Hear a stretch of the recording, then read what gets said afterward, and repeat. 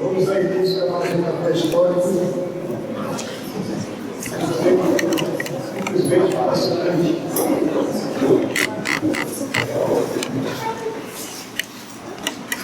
Quero começar a pedir desculpa pelo não desejo do nosso presidente Paulo, que hoje não pôde estar presente. Eu quero dizer mais cedo, porque sempre vem uma certa. Eu queria apresentar a todos, a quem não conhece, eu acho que mesmo aqueles que conhecem, a nossa querida professora Leonora de Castro, o seu pequena biografia que eu tinha que preparar para que você conhecesse qual é a sua frágil, não passa antigamente. Ela sempre esteve presente. E esses temas que nós estamos promovendo, eles têm uma correlação. Aparentemente, parecem ser desconexos, mas na verdade estão muito próximos. Eles aparecem no Castelo Feito, recentemente, no seu patrimônio cultural, e hoje, na sequência, nós vamos falar sobre os viajantes que estavam nas camadas do Brasil e hoje do Pérez. Eu cheguei aqui em Brasília em abril de 1957. Eu vi muita coisa acontecendo aqui. Fiquei muito impressionado com a primeira conversa que eu tive com a professora sobre o seu conhecimento dessa região. Meu nome é doutor em mestre em arquitetura e urbanismo pela UNB. Possui especialização em reabilitação ambiental e urbanística também pela UNB, graduação em arquitetura e urbanismo pela Universidade Católica de Goiás. Ela recebeu a menção honrosa do segundo prêmio José Aparecido de Oliveira, personagem ilustre para Brasília e Minas Gerais, concedido pela Secretaria de Cultura do Estado do Brasil, do Distrito Federal, pelo trabalho sobre estradas coloniais do Planalto Central. Recebeu o diploma de Estado Natural do Prêmio Jamuru, concedido pelo Conselho Estadual de Cultura de Goiás, pela contribuição à cultura goiana, com a execução do projeto dos anos de Santa Filiera, Goiás. Após se trabalhar na iniciativa privada do Poder Executivo, ingressou no Poder Legislativo, da Câmara Legislativa do Distrito Federal, da área de desenvolvimento urbano, da área do meio ambiente, que tem experiência docente em arquitetura e urbanismo.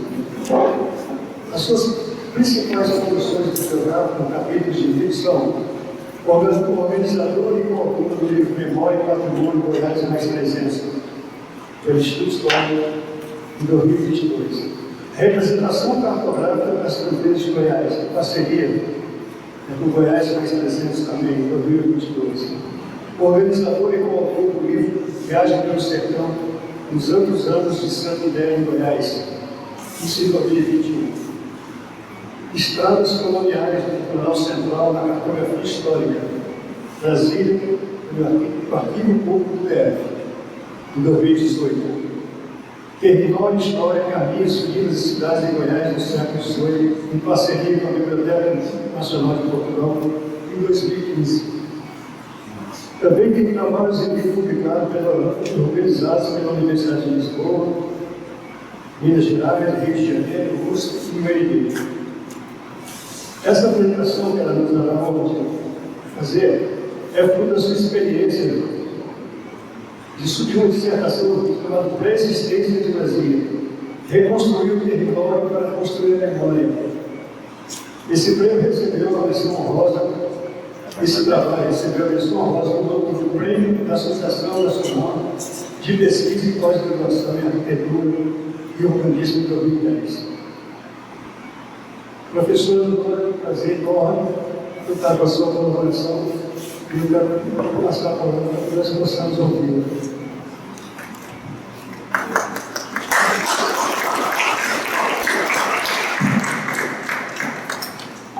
Boa noite a todos. Eu agradeço imensamente a presença de cada um e quero agradecer ao Instituto Histórico e Geográfico do DF, na pessoa do acadêmico Carlos Testa, que me convidou e deu a oportunidade de dividir com vocês a pesquisa que eu faço sobre o estudo desse território nos séculos XVIII e XIX por meio de documentos históricos. Contrariando, esse é o sentido da pesquisa. Contrariando a ideia de que Brasília nasceu do nada, nós temos registros dos viajantes, da cartografia histórica e das moradas rurais, que atestam a efetiva ocupação do território do Distrito Federal de Brasília nos séculos XVIII e XIX. Foram identificados 16 cronistas e viajantes que exploraram o Planalto Central e registraram suas experiências em diários, relatórios, literatura, iconografia e cartografia.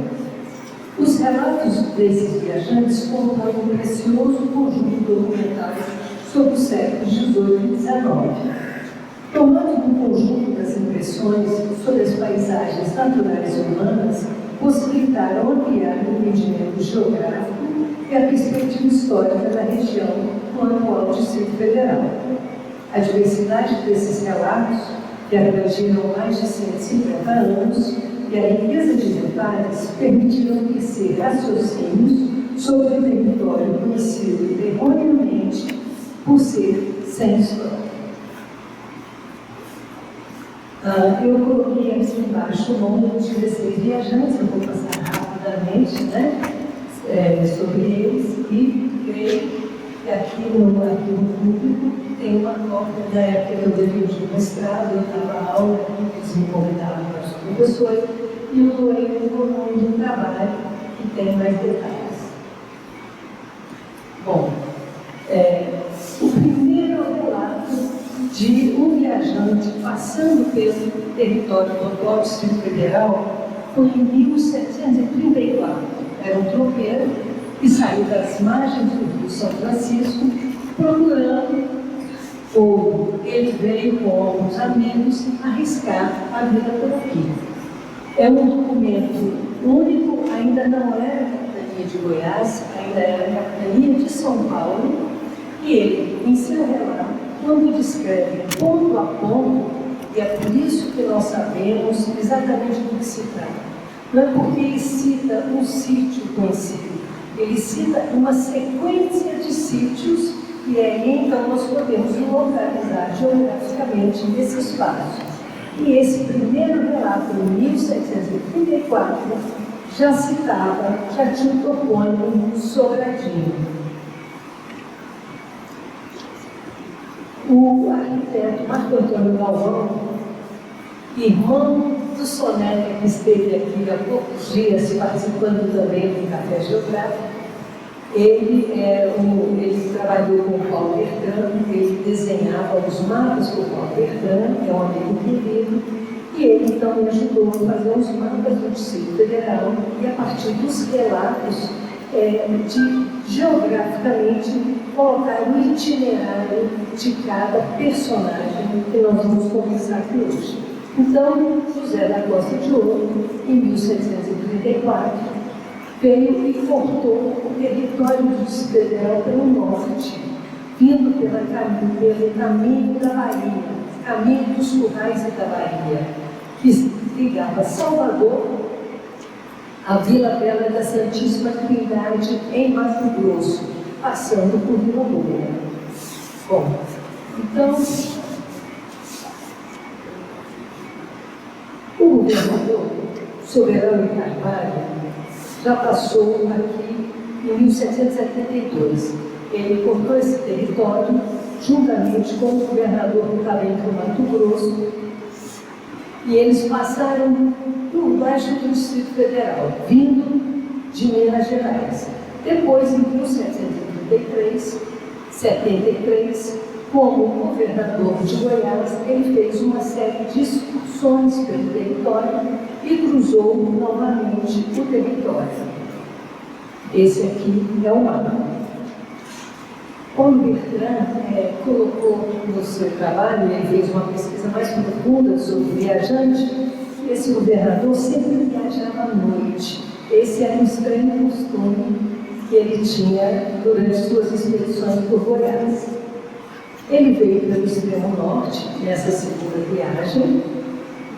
Ele veio com sua comitiva, chegou em Pouros, hoje Formosa. Depois ele foi dormir em Sítio Novo. E até hoje, passados 2 séculos e meio, continua se chamando Sítio Novo no território do Distrito Federal. Continuaram a viagem, pousaram no Ribeirão Mestre Armas e um dia depois ele tomou um quartel no regime São João das Três Barras, onde o Maranhão recebeu a sua correspondência. Ou seja, existia um foro de registro para cobrar os tributos e aonde os governadores recebiam as suas correspondências. Crescendo depois, ele foi para o Ribeirão da Luciana e de lá seguiu para a minha Ponte de Lagoa. Esse caminho é um pouco diferente.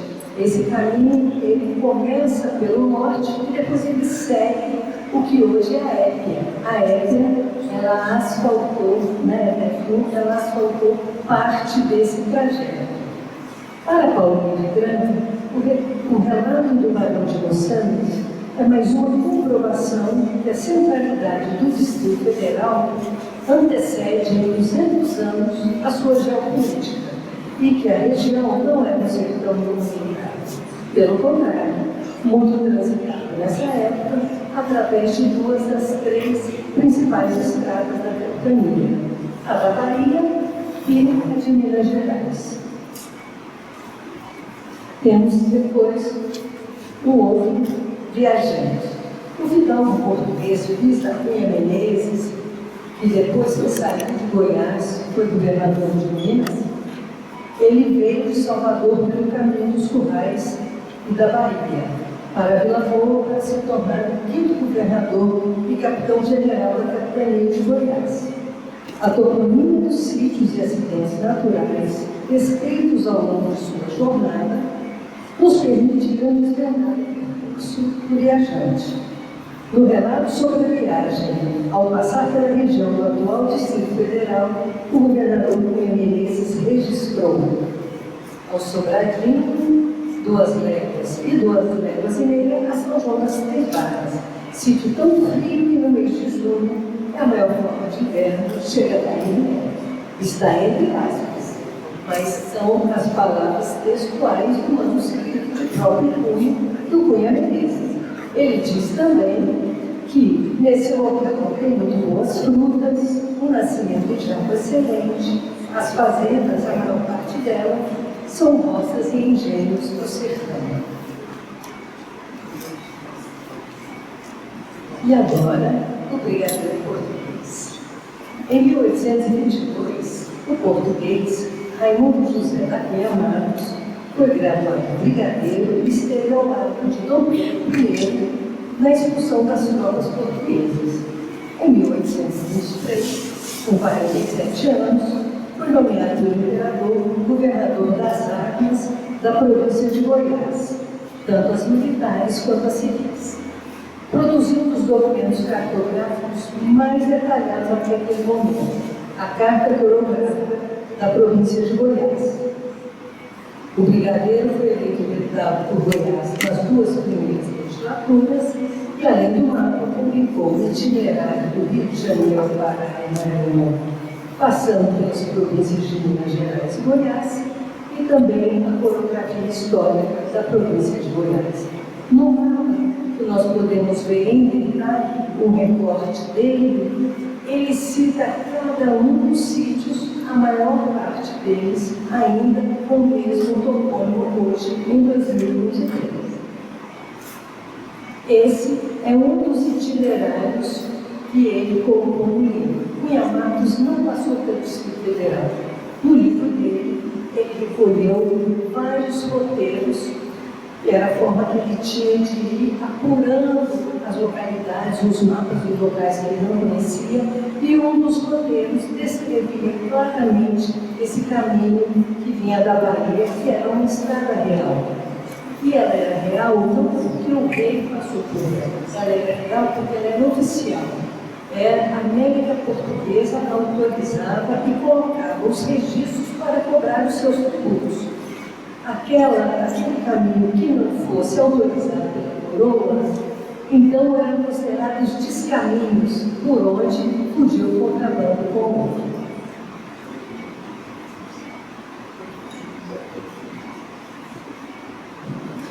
só mais uma coisa. Segundo Paulo Meditano, assim como Soberano e Carvalho, Cunha Marcos também engajava noites sempre que podia para comprar horror de seus comandados, que temiam ser assaltados por cobras e animais ferozes no escuro. Viajara à noite, no entanto, poupava as tropas do sol abrasador e dos diversos mosquitos transmissores de moléstias que, justamente, atacavam à noite, no período em que o balanço das montarias defendia os cavaleiros. Afinal, quem eram os viajantes do Planalto Central no século XVIII e XIX que passaram pelo Distrito Federal? A formação intelectual dos 16 viajantes estudados era diversificada. 14 deles tinham nível superior, 6 tinham formação militar, 3 foram governadores, 3 exerceram o mandato parlamentar. E temos também um tropeiro. Então, temos, na verdade, um perfil e uma biografia muito rica, com diversidade dos relatos que foram reunidos sobre esse território. Todos produziram registros das viagens, por meio de relatórios ou diários.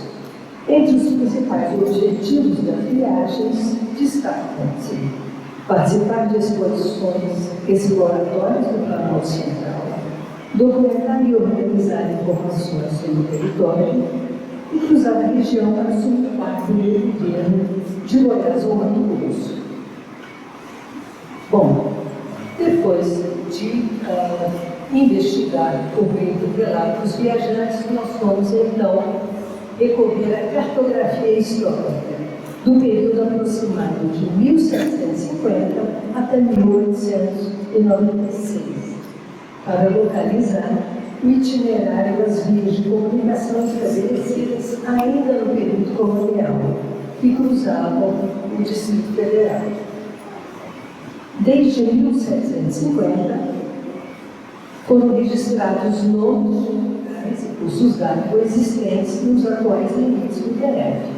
1750, registrado no mapa.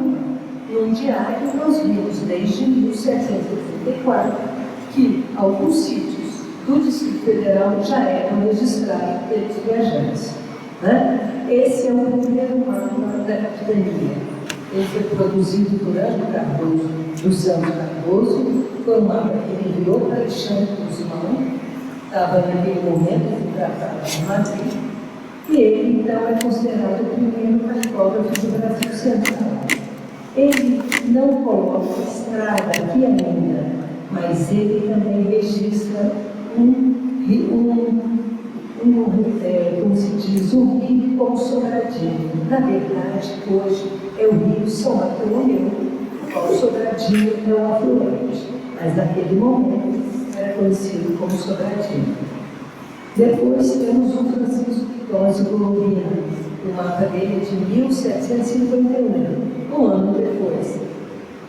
Ele já registra uma estrada, que é a Estrada dos Goiáses, que vinha de São Paulo, passava por meia ponte, ia para Vila Boa, mas que não cortava, não atravessava o território do atual DF. Passava por baixo, Lusiânia, Corumbá e seguia. Temos também outro mapa de Anjo dos Santos, que também registra o mesmo caminho que vinha de São Paulo. E ele já registra a primeira vez no mapa o registro das 3 bases, que o Soberal de Carvalho diz em seu diário que foi pegar correspondências e que o Cunha Menezes disse que é um sítio tão frio que chegava a nevar. Então, fazendo o contraponto entre o relato dos viajantes e os mapas, nós vamos conseguindo confirmar uma série de informações geográficas e o itinerário desse viajante seguiu. Temos também o mapa da coleção de Borgário de Mateus, que novamente fala em Sobradinho e marca Goiás. Esse governador do Mato Grosso, Pedro de Cáceres, foi em 1772 e veio junto com o Barão de Moçambique. Ele seguiu até Mato Grosso, o Barão parou em Goiás. Ele também cita a mesma estrada de quem veio de São Paulo. Agora, ele também coloca contagem de São João. Alguns colocam contagem de São João das Três Barras, registro das Três Barras, contagem de São João, todos geograficamente no mesmo local. E a gente vê com detalhe. Aqui, ele já não fala mais Sobradinho, ele já coloca o nome do recurso hídrico como São Bartolomeu. Bom, agora, a partir de 1768, foram assinaladas as estradas que aí sim cortavam o Distrito Federal. Aí a gente vê com clareza Outros é Formosa, São João das Três Barras é na altura do Lago Oeste e Meia Ponte. A análise dos documentos cartográficos selecionados corrobora a afirmação do historiador Paulo Beltrão, para quem as principais vias de comunicação do Brasil colonial passavam pelas fronteiras do Parque Nacional de Brasília, hoje zona núcleo da Reserva da Biosfera do Cerrado, uma unidade de conservação aprovada pela Unesco.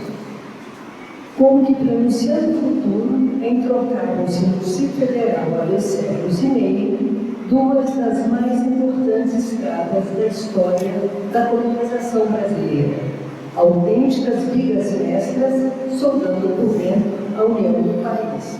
E, curiosamente, ligando Brasília às capitais que antecederam, Salvador e Rio de Janeiro, porque a estrada que chegava de Minas saía do Rio de Janeiro, e essa estrada na Bahia saía de Salvador, e elas, as duas, cortavam o território federal.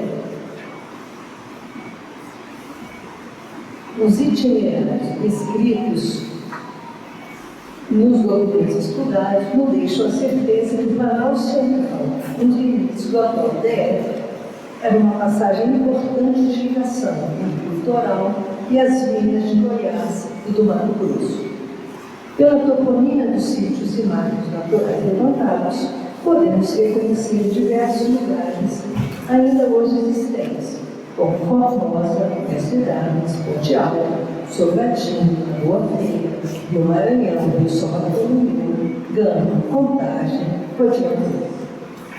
Muitos dos nomes dos lugares e dos marcos naturais registrados na área onde foi demarcado o quadrilátero Cruz repetem referências utilizadas por viajantes que o antecederam. A publicação dos trabalhos da Comissão Cruz cita Lagoa Formosa, Lagoa Feia, Rio Maranhão, Santa Luzia, Corumbá, Mestre d'Armas. Boa parte dos topônimos dessa região se manteve inalterada ao longo dos anos. Santa Luzia passou a se chamar Luziana, Mestre d'Armas é a cidade de Planaltina, e os outros nomes se mantêm os mesmos ainda hoje. Esse é o mapa do Cunhamados, que é o mais detalhado de todos eles em termos de sítios, não só no território atual da DF, como toda a província de Goiás. Temos também esse mapa do Jardim, feito a pedido do Visconde de Toledo. Esse mapa foi feito em 1875. Ele foi exposto na Exposição Nacional do Rio de Janeiro e foi selecionado para a Exposição Internacional na Filadélfia, representando Goiás. Ele também cita um itinerário que cruza o atual Distrito Federal. E temos aqui um dos mapas do Antônio Mendel e dos membros da Comissão Cruz, que também no Distrito Federal reforça a existência. Depois de cruzar as imagens de satélites, modelos de topografia digital e mapas históricos, conseguimos traçar o trecho da estrada real que cortava o norte do território do atual DF. Percebemos as características da paisagem e o grande movimento do relevo, que influenciaram os direcionamentos dos caminhos. O caminho da Bahia, o caminho dos Currais, nessa imagem, um mapa da CEMAR de 2006, comparado com o levantamento que nós fizemos dos mapas em ArcGIS em 2009, a gente pode perceber claramente que o itinerário registrado coincide com o divisor das duas bacias hidrográficas. Não se conhece ao certo as condições de formação do chamado Caminho da Bahia ou Caminho dos Currais da Bahia, mas ele cumpriu duas funções históricas fundamentais. Prover zonas mineradoras nas suas primeiras décadas de existência de carne bovina, gerando nos currais do Médio São Francisco e seus afluentes, e conectar a região das Minas à maior cidade da América Portuguesa naquele momento e um de seus portos mais movimentados, por onde chegaram os escravos africanos e os produtos europeus. O caminho foi, assim, via escoamento da produção pecuária e via da circulação mercantil. A estrada de Salvador vinha pelo sertão baiano e chegava a Formosa. Passando por Vila Boa, prosseguia até Vila Bela da Santíssima Trindade, eleita capital do Mato Grosso, divisando a fronteira boliviana, a mais ocidental povoação portuguesa, a confrontar os domínios da Espanha no século XVIII. Segundo Paulo Bertrand, cortava a América Portuguesa ao meio, estendia-se por cerca de 2.800 quilômetros. A posição geográfica e geopolítica, ela foi muito ressaltada pelo general Paulo Coelho, que produziu um mapa em 1948 na defesa desse sítio para a transferência da capital do país. Planaltina de Goiás é o ponto de encontro dos espigões secundários que seguem norte e sul do país com o espigão mestre, que ao norte do DF corta o território de leste para oeste. Chapadões elevados de mais de 1.100 metros sobre o mar, por onde corriam as antigas estradas. As estradas aqui no território do DF não corriam embaixo, elas corriam por cima dos chapadões. Bom, e como terceiro ponto de pesquisa, foram as moradas rurais. Os viajantes sempre citavam pousos, paragens aqui no território do DF. E é um fato, inclusive, levantado nos textos de Cunha Marcos, que as moradas rurais localizavam-se de preferência nas encostas e as estradas estendiam-se em seu maior percurso pelos chapadões. Aos olhos do viajante, a região apresentava-se mais deserta do que era, pois ele percorria dezenas de quilômetros sem ver uma casa só, porque as estradas corriam por cima e as casas ficavam na encosta. Então, muitas vezes, percorrendo a estrada, você não conseguia visualizar as residências, as moradas rurais. Em 1955, em função da transferência da capital para Goiás, o governador de Goiás, Júlio Dovino, instalou a Comissão de Cooperação da Mudança da Capital Federal, presidida por Altamiro de Moura Pacheco. Iniciou o processo de desapropriação de todas as fazendas que existiam no local. Esse mapa que vocês estão vendo é um mapa do IBGE, é um mapa que foi lançado no Atlas Regional de 1960, no ano da inauguração de Brasília. É o primeiro mapa oficial de Brasília produzido pelo IBGE. E essas fotos são as moradas rurais que foram localizadas nos locais físicos em que elas estão no Distrito Federal. Então, nós percorremos o território e levantamos essas moradas que afirmamos são todas do século XIX. Bom, a delimitação do Distrito Federal incorporou terra de 3 municípios goianos, Formosa, Planaltina e Lusiânia, e além de um número significativo de fazendas, foram englobados 2 assentamentos urbanos, Braslândia e Planaltina. O cadastro das fazendas goianas desapropriadas que foram consolidadas nesse mapa produzido a mão do Altamiro de Moura Pacheco, da comissão, foi fundamental para a localização das moradas rurais. Para desapropriar uma terra, é preciso pagar por suas benfeitorias. Assim, a planta índice cadastral fez o levantamento das edificações em cada fazenda e fazia parte da delimitação do DRE, porque elas teriam que ser indenizadas também. Então, esse foi o mapa que foi o ponto de partida, somado, claro, ao do IBGE. Então, a partir daí, fomos a campo e levantamos essas 10 moradas. Sobradinho é uma das fazendas. A construção da nova capital se deparou com uma ocupação tradicional na forma de vida e produção, onde os antigos moradores tinham a pecuária extensiva como sua principal atividade econômica. As atividades agrícolas eram voltadas sobretudo para o autoabastecimento, em especial por causa do isolamento das comunicações rápidas, que dificultavam as trocas comerciais.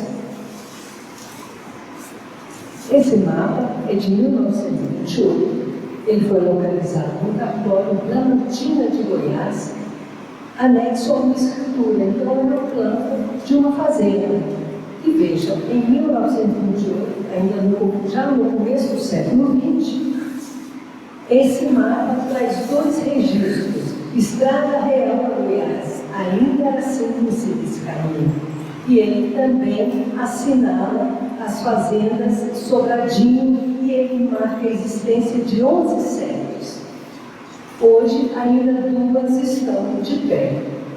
Uma é essa, Sobradinho 1, e a outra é essa, Sobradinho 2.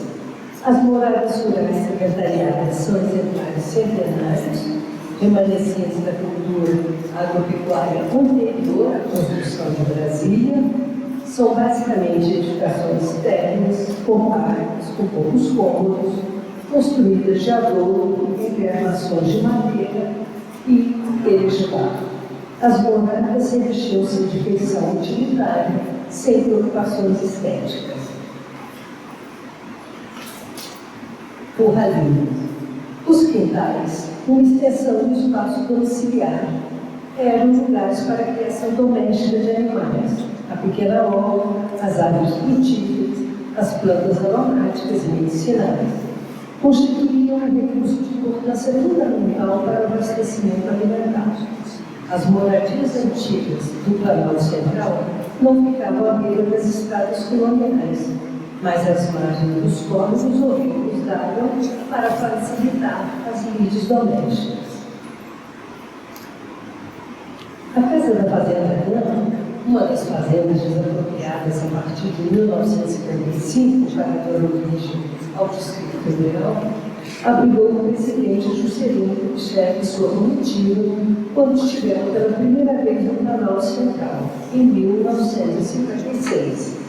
A morada da Fazenda Gama fica nos limites do Campo Futuro de Goiás, a 300 metros do Museu Capetinho, projetado por Oscar Niemeyer e construído em 10 dias para abrigar Novacap e os engenheiros da Novacap. E, simbolicamente, o Museu Capetinho é um marco da transferência do patrimonial do DF, extrapola os limites do plano físico. A localização geográfica de Goiás em relação ao litoral brasileiro resultou no estabelecimento de uma rede de antigas estradas coloniais e no desenvolvimento, especialmente nas moradas rurais, de um modo de vida particular, com a adoção de soluções para os problemas que lhes eram próximos. Apesar da importância do seu passado, o território do Planalto Central, nos atuais limites do Distrito Federal, a partir da implantação da nova capital, teve sua história buscada pela história de Brasília, como muitas vezes já registrou a professora Silvia Fischer. Muitíssimo obrigada.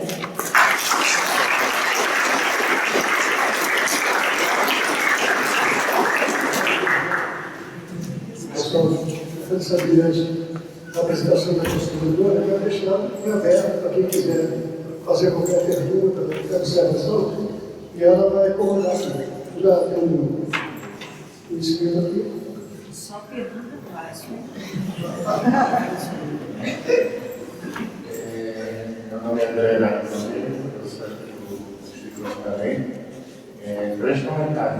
Primeiro, acho que os comentários, parabéns. O primeiro comentário, você poderia talvez dizer as fontes desse mapa, dos acervos, dos arquivos são maravilhosos, eu sei que vai ser uma das novas algumas pessoas no site.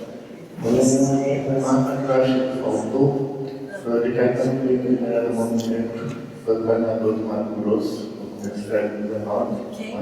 Caetano Pinto, primeiro era do movimento. Isso não falta por isso, não. Poxa, uma coisa que eu tenho. E ele fez uma viagem belíssima. Ele em Mato Grosso, da Santíssima Trindade, ele foi por terra até Olinda, em Pernambuco, para assumir a capitania de Pernambuco. E ele foi de um longo de mula até a margem de São Francisco, provavelmente para Aracaju, e lá pegou um barco, e foi até Juazeiro, em Petrolina, não chamado Petrolina, onde o rio era navegado e foi continuou no ficou até o município da terra, onde ele deve ter passado por aí. E ele é uma figura interessantíssima, ele é conhecido em Pernambuco e no Brasil por ter sido expulso pelos revolucionários 17. Ele era conhecido como Caetano no Nome Pinto, na coragem, no monte, na altura e veio no coração. Era perseguições. Ele depois foi voltou para o Rio de Janeiro, foi despacho na formação do Rio de Janeiro. Depois virou uma fila previamente, e foi um grande ministro da Fazenda do Doutor Cordeiro. Naquele quadro famoso, que era o Museu Histórico Nacional, que a Dona Leopoldo escreve a carta para o marido, ele é onde está. E por último, eu achei muito interessante essa observação sobre as casas nas encostas, que não eram vistas, davam uma impressão de solidão, deserto, e Saint-Hilaire comenta. Falar na Serra do Sacrifício. E eu não sei se vocês sabem disso, Sérgio Marcos estudou esse tema, eles chamam o complexo do Moju. Lá na região do Nordeste, as casas de família geralmente são no alto dos montes, porque é mais fácil para ver os inimigos chegando, os índios, os visitantes, sempre lá uma questão maior. E mais para o sul, a partir daqui, sobretudo, as casas são baixas, porque é para aproveitar os rios, os riachos, etc., escolas, para movimentar o Moju. Como aqui na Nordeste esse riacho não existe, então não faz sentido. Mas é um complexo do Moju. Se for estudar que serve lá, é velho no fim, não é muito bom. Professor, você quer que eu comentário ou eu posso passar? Bom, nós vamos trocar as fontes dos mapas, né? Porque o Caetano está anotado agora. E em relação às casas serem nas encostas, vários viajantes falavam isso, então nas estradas você não tinha mesmo visibilidade. E esses caminhos por cima dos chapadões eram realmente estratégicos. Pode confirmar que a coluna Prestes não teria tido o sucesso que teve se não corresse por cima dos chapadões dessas estradas. Porque a partir dali, quando eles viram as milícias, eles se afastavam de uma bolívia. Depois, quando o caminho estava desimpedido, eles estrategicamente tinham uma visão interessante.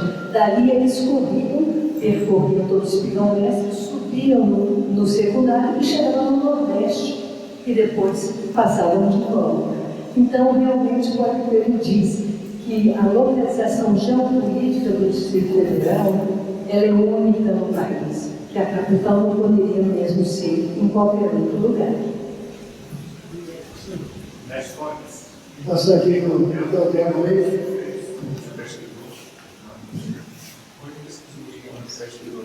Aonde que eu pesquisei? Olha, um dos livros que está aqui tem todas as fontes.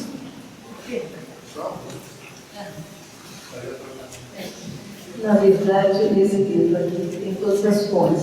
Eu comecei a pesquisar em 2007, o mestrado foi definido em 2010, o doutorado em 2015, e eu continuo pesquisando até hoje. Então, novos mapas já entraram nessa história, né? Então, são todos arquivos, principalmente portugueses, arquivos também. No Brasil tem muitos importantes, tradicionais, como o Itamaraty, Biblioteca Nacional, mas nós achamos alguns tesouros nos cartórios das cidades pequenas e nos arquivos pessoais de pessoas do interior. Por exemplo, esse mapa do século XX, em que ele registra uma estrada chamada Estrada Real a Goiás, ele está referendando todo o passado colonial e ainda colocando a importância desse registro. Então, esse foi um cartório de Planaltina de Goiás, que é divisa com Planaltina. Eu não sei se hoje ele ainda está íntegro, porque eles eram feitos no papel de linho, quase que um pano, e ele estava todo se desmanchando. Então, é bater muita perna, é realmente um processo de investigação, e é assim, é uma paixão, não tem jeito, eu não paro não. Obrigado, professor.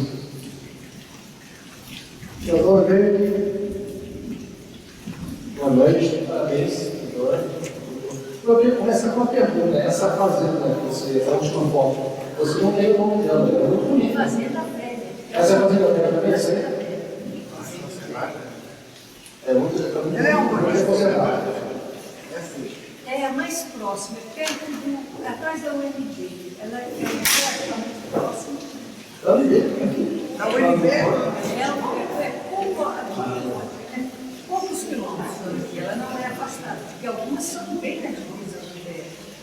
E ela funciona como planche, como visitação. É um lugar muito bonito. Vale a pena uma visita. Para chegar lá, é do lado do lago também. Olha, aí depois você fica olhando para trás e tem um caminho. A segunda observação. Seguindo o caminho da inauguração da Matéria, uma coisa que também pode ser levada em consideração são as visitas dos bispos. As visitas dos bispos traziam os bispos eram relatos que levavam 3 meses para sair do Rio de Janeiro para chegar aqui em Goiás. Então eles vinham ao último. Então os bispos eles deixavam, como tem uma igreja muito formatizada, há relatos, há viagens disso, então é uma sugestão cultural. E uma observação, eu fui para Brasília muito novo, então eu cheguei a conhecer vários fazendeiros, ainda anteriores a Brasília. Meu pai era apaixonado por Brasília e meu pai estava para ir ao Brasil. E eles falavam que as estradas eram por cima, porque era mais fácil, porque tinha menos obstáculo. Ou seja, não tinha rio, estava nascendo ali, e não tinha grandes florestas, nem árvores, nem nada. Então os caminhos iam por cima por isso. E era o mesmo caminho que geralmente tinha sido utilizado pelos índios. Então os índios transitavam, então, na verdade, esses caminhos europeus eram o aproveitamento dos caminhos indígenas, essa perigosa eles. E as casas eram embaixo para proteger do frio. Nós que chegamos aqui no início do Brasil, igual o governador falava, o frio era muito grande. Então, geralmente era construído embaixo, geralmente contra onde era o rio, o inverno. Então era uma razão prática. Não era nada muito complicado, era uma razão prática porque a vida era que fazia. Em julho fazia muito frio. Então, para se proteger do frio, os ventos frios, a casa era feita embaixo. E os caminhos em cima, porque era mais fácil para a noite. Isso é uma lembrança que eu tinha na época. Os vários fazendeiros comentavam isso. E no mais, parabéns.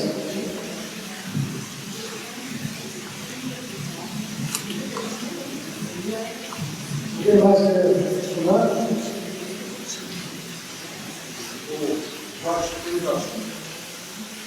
A pessoa está ligando. Boa noite. Eu não tenho lembrar um outro caminho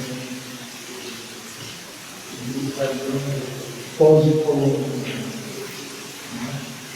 Não teve que eu falo para parar, de olhar, e a vida não deu uma série. Enquanto ele falou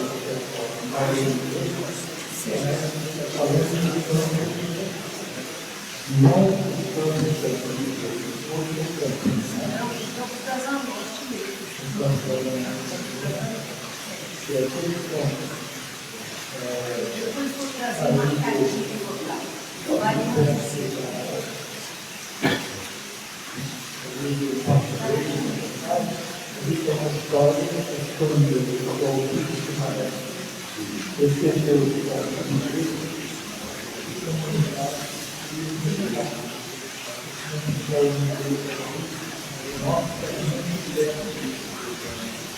O poder. Então, hoje naquele momento, fica certo, vai dar para o outro, muito satisfatório. E vê lá, é uma fazenda que pouco. E não diz nada que eu não vou tirar o outro.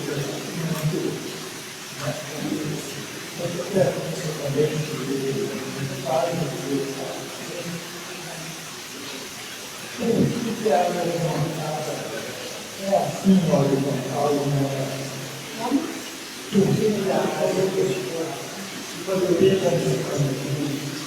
é na horizontal, Você vai contar comigo. Você precisa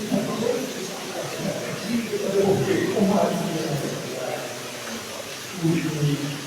superior interior, tendo um paralelo ele apenas estava de marcar ele, se cortou as marcações. Não foi nenhuma coisa errada.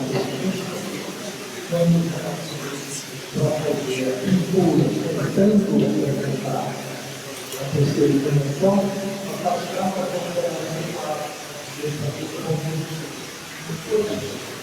embora sua na verdade, seja envolvimento artístico, é dominar a universidade. Eu quero dizer, que é muito difícil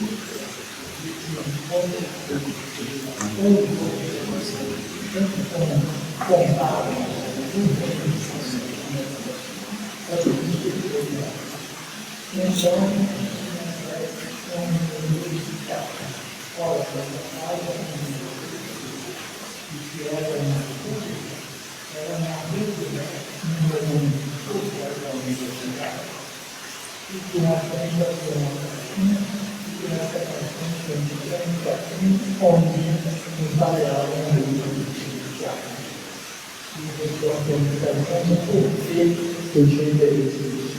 É porque todos os corpos, os oficiais da missão política, têm que também ouvir a forma de colocar no Brasil, que é o político. Na verdade, o está correto está sempre de uma posição de tentar reformar a posição do Thiago.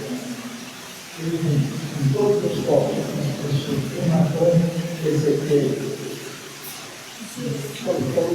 E, na verdade, a vida desse da companhia, do nosso nabuco, faz com que ele assente uma parte, mostrar que ele não se informar. Quando ele diz sobretudo, um bem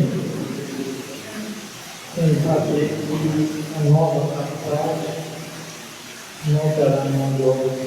Isso é verdade.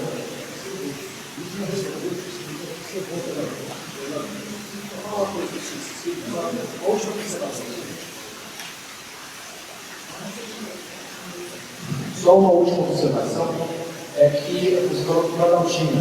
O Planaltina foi um fato muito interessante, que depois de 22, quando foi feito aquele marco da fundação da capital, houve uma região que foi toda loteada. Houve um grande número de loteamentos locais. Os fazendeiros aproveitaram para lotear e vender em Janeiro, São Paulo, Bahia.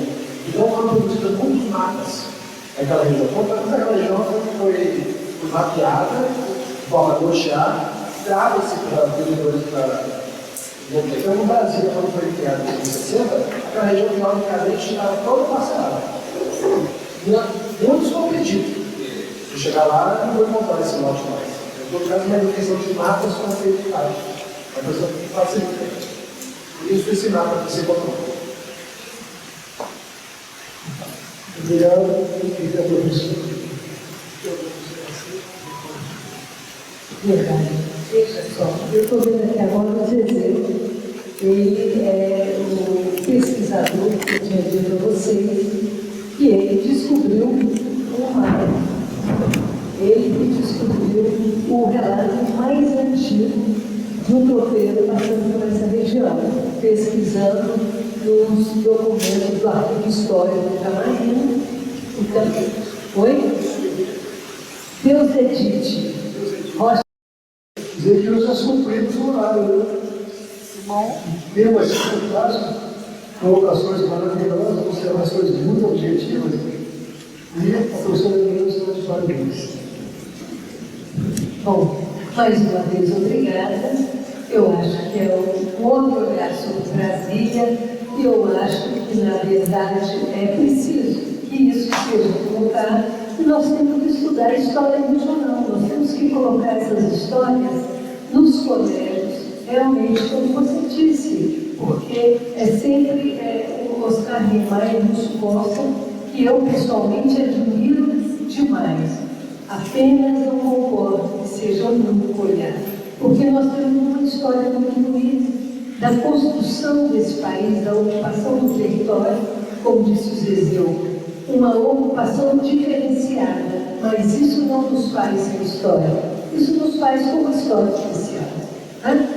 Bom, mais uma vez, muitíssimo obrigada pela presença de cada um de vocês, e ao Instituto dessa, eu agradeço a oportunidade de mostrar essa pesquisa e quero continuar aprendendo aqui com vocês. Muito obrigada.